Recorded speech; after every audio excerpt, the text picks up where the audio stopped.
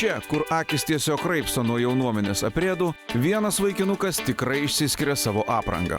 Esu Rimvydas, iš Skuodo, man 20 metų.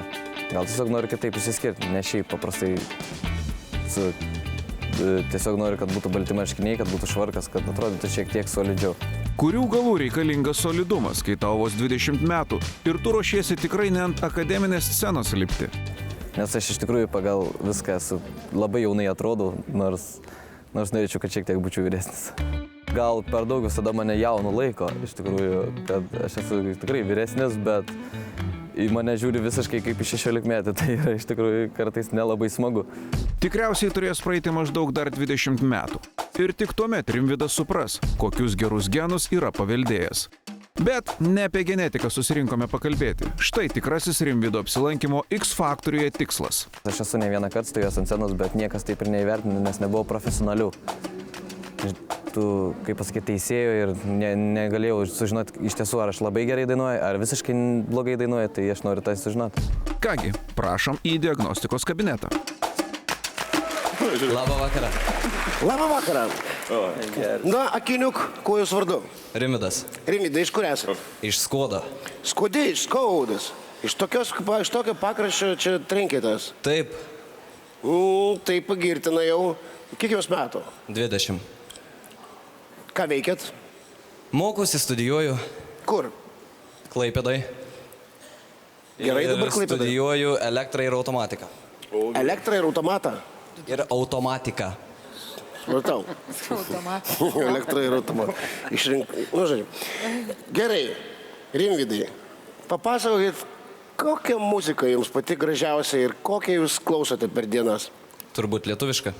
Ką tada, kai jūs, pavyzdžiui, geros nuotaikos, ką jūs užtraukėt, ką uždainuojat? Turbūt šitą dainą, kur šiandien esu paruošęs. O kokią paruošęs? Aš tavęs taip ilgai nemačiau. Kieno čia daina? 16 hercų. Prašau, sudainuokit greičiau.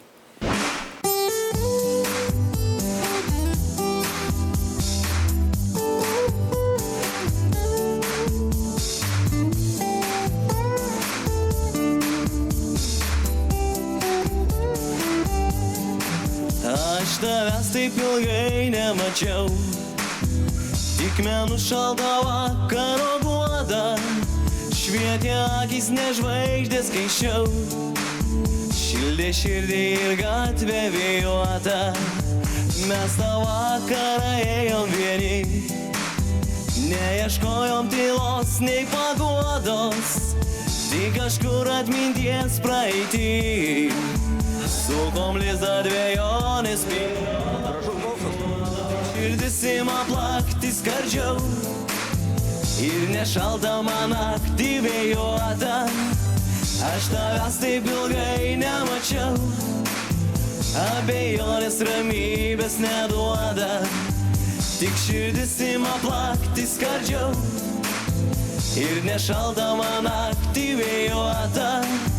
Aš tavęs taip ilgai nemačiau, abejonės ramybės neduoda.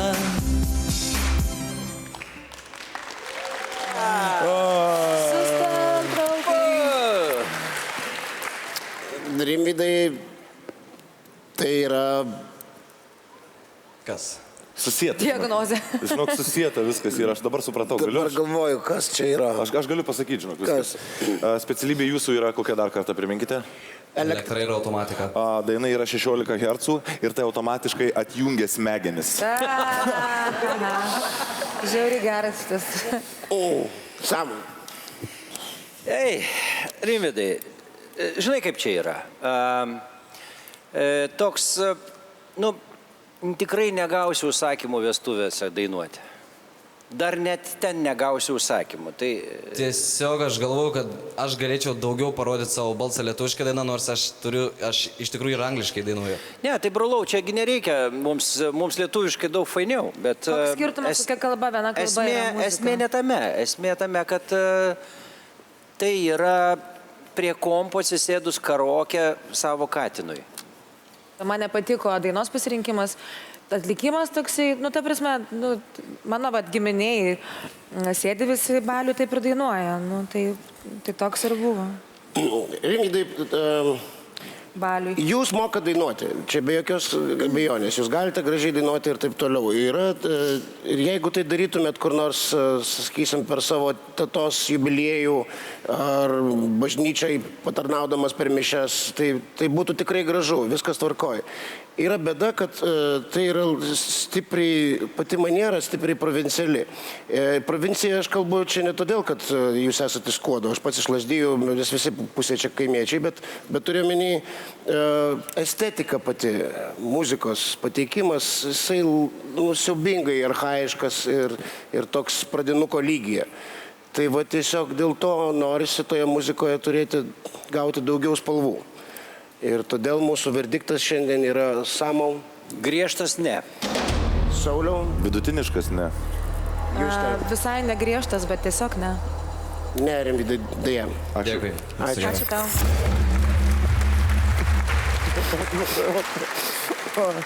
Sakau jums, ne.